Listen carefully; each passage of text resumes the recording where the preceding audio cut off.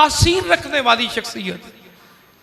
वो देखता है आपके जिस्म पर लगे हुए चीथड़ों वाले कपड़ों को देखता है, शानदार खिलत आती है, बेहतरीन बेमिसाल कीमती लिबास मिलता है कि हुजूर पहनिए, मुआहदा करने जा रहे हैं।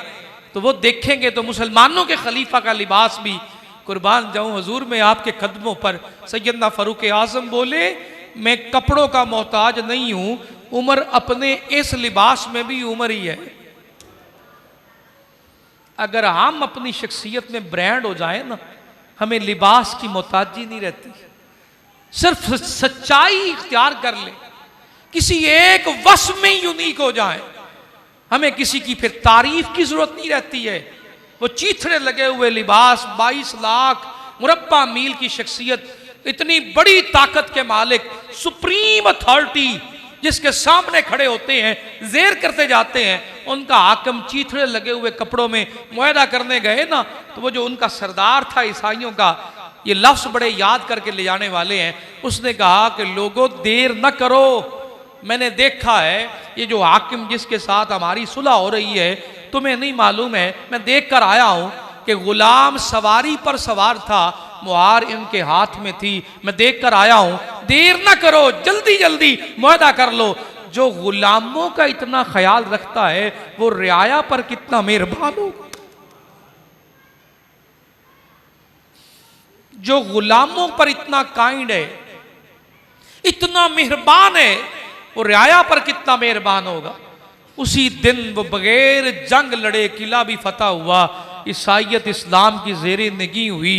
और वो दौर और आज का दौर, मुसलमान जब भी निगाह उठाकर देखता है तो यही वो अनमोल हीरे हैं जो दामन मुस्तफ़ा को, दामन मुस्तफ़ा से अल्लाह ने उम्मत को अता फरमाए। रसूल पाक के बाद भी इस्लाम की किरणें ख़त्म नहीं हुई हैं, वो निज़ाम चलता रहा है। हर दौर इन शाहकारों को हमेशा हमेशा जांचता रहा है, जिनके साथ सैयदना फारूक आज़म जैसी शख्सियत, सैयदना अबू बकर जैसी शख्सियत सलामुल्लाह अलैहिम अजमाइन हैं, तो वो सितारे चमकते जा रहे हैं। ज़रा आंखें बंद करके अपने दिल पर ध्यान कीजिए, आज हम कहाँ हैं? हम सिर्फ बातों के रह गए, अमल हमारी ज़िंदगियों से ख़त्म हो गया। मैं भी आप ही जैसा हूँ, मैं कोई अलग नहीं हूँ। हम कहते कुछ है, करते कुछ है। इल्म किसके पास नहीं है? इस पूरे मजमे में कोई ऐसा है जिसको ये पता ना हो कि सच बोलना कितना अजर रखता है, जिसको ये पता ना हो कि नाप तोल में कमी नहीं करनी, जिसको ये पता ना हो कि मिलावट करना इस्लाम में पसंदीदा नहीं है। कितने अहबाब ऐसे हैं जिन्हें ये पता ना हो कि सूद जो है वो हराम करार दे दिया गया, शराब मना करार दे दी गई। तो फिर बात वहीं पर आकर रुकती है ना, सुना सब कुछ है, इल्म सब है, लेकिन अमल में कुछ नहीं है। तो खुदा का वास्ता है, ये जो हमारी गोद में बैठे हैं ना, ये हमें अपने हाथों से कत्ल करेंगे और जिहाद समझेंगे कि जिसको तुम दीन कहते हो उस पर तो तुमने एक दिन भी नहीं गुजारा, और जिस पर तुम दीन जिंदगी गुजार के जा रहे हो, ये कौन सा दीन है। बात यहाँ पे ख़त्म करूँगा। एक अंग्रेज़ ने देखा, यहूदी ने देखा, ईसाई ने देखा कि मुसलमान बड़े मशहूर हैं और बड़े कमाल के हैं, और ये कोई किताब पढ़ते हैं, इनके पास कोई किताब है, जो वो किताब पढ़ते हैं ना वो बड़ी कमाल है। वो मांगने के लिए आ गए और कहा कि भाई मुझे वो किताब चाहिए जो आपको मिली है। मुसलमानों ने कुरान पाक पकड़ा, दे दिया, उसने पढ़ा, मुताला करने के बाद 15 दिन या महीने के बाद आया और कहने लगा ये तो मैंने पढ़ लिया है, अब वो किताब दो जिस पर तुम अमल करते हो। इसमें लिखी हुई किसी एक बात पर भी आपका अमल नहीं है,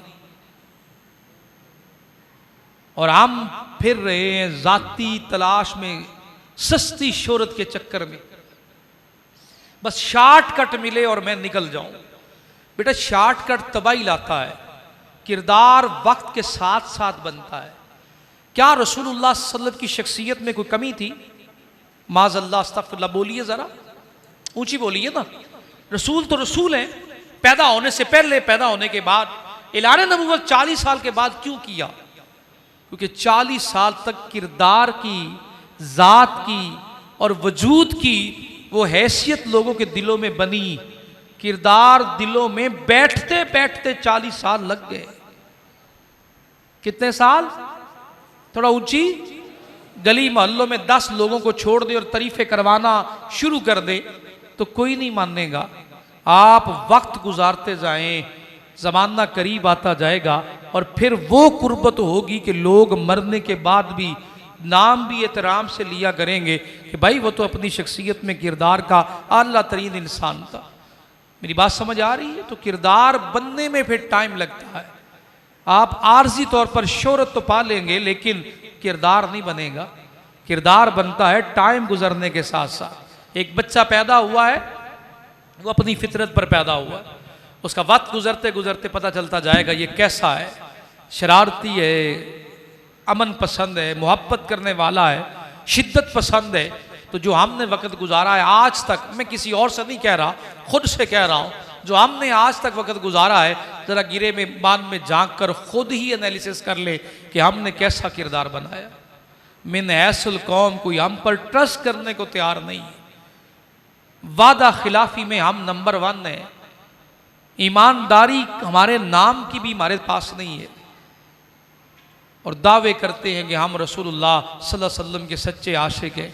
इन्हीं अल्फाज पर ख़त्म कर रहा हूँ कि उन्होंने तो मकाम और मर्तबा पाया सोबत मुस्तफ़ा के साथ, और जो वक्त उनका रसूल पाक की बारगाह में गुजरा, ऐसे ऐसे ब्रांड आका करीम सल्लल्लाहु अलैहि वसल्लम ने फरमाए, एक सिद्दीक़ अकबर है जिन जैसा रूहे कायनात में कोई नहीं है, एक फारूक आज़म है जिन जैसा दूसरा कोई नहीं है, एक उस्मान गनी है जिन जैसा हया वाला नहीं मिलता है, एक अली उल मुर्तज़ा है जिन जैसा बहादुर और शुजात वाला कोई नहीं मिलता है।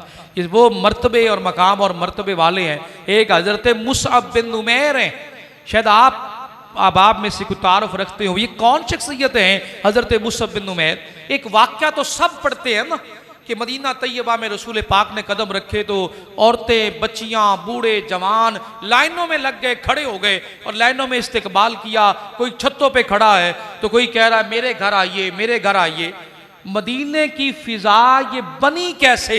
नबी पाक तो पहली बार जा रहे थे। कभी पूछा है? कभी खुद से ही पूछ लिया करें, मदीने का ये मंजर बना कैसे है? आका करीम की बारगाह में सहाबा बैठे हैं। हजरत मुसअब बिन उमैर वो शख्सियत हैं जिनकी उम्र 14-15 साल है, शहजादों वाली जिंदगी है, बादशाह के जैसे ठाठ और बाट है, इन जैसा इतर कोई नहीं लगाता, इन जैसा लिबास कोई नहीं पहनता। बात करते हैं तो बड़े एतमाद के साथ बात करते हैं। उम्र 17 साल है, अंदाज़े गुफ्तगू बाकमाल है। आका करीम ने पसंद फरमाया जब मदीने वालों ने कहा आप अपना कोई नुमाइंदा हमारे साथ भेजें जो हमें वहां जाकर बताए कि हम आपके आने पर क्या क्या करें और आपके लिए कैसा माहौल हो, किस किस्म का निज़ाम बने। तो हज़रत मुसअब बिन उमैर ने वहां पे वक़्त गुजारा। रसूलुल्लाह ने उन्हें पसंद किया। आज 17 साल के हमारे बच्चे को बाप से बात करने की भी तमीज़ नहीं है। वो वक्त गुजरता गया, जब सोबत हज़रत मुसअब में मदीने वालों का वक्त गुजरा, सच्चाई में देखा तो नंबर 1, मोहब्बत में देखा तो नंबर 1, खुलूस में देखा तो नंबर 1, हर रुतबे में देख कर कहा ए मुसअब ये मकाम कैसे मिला है? तो कहा जैसे मुझे मेरे महबूब ने कहा मैं वैसे बनता चला गया, अल्लाह ने मुझे ऐसा बना दिया।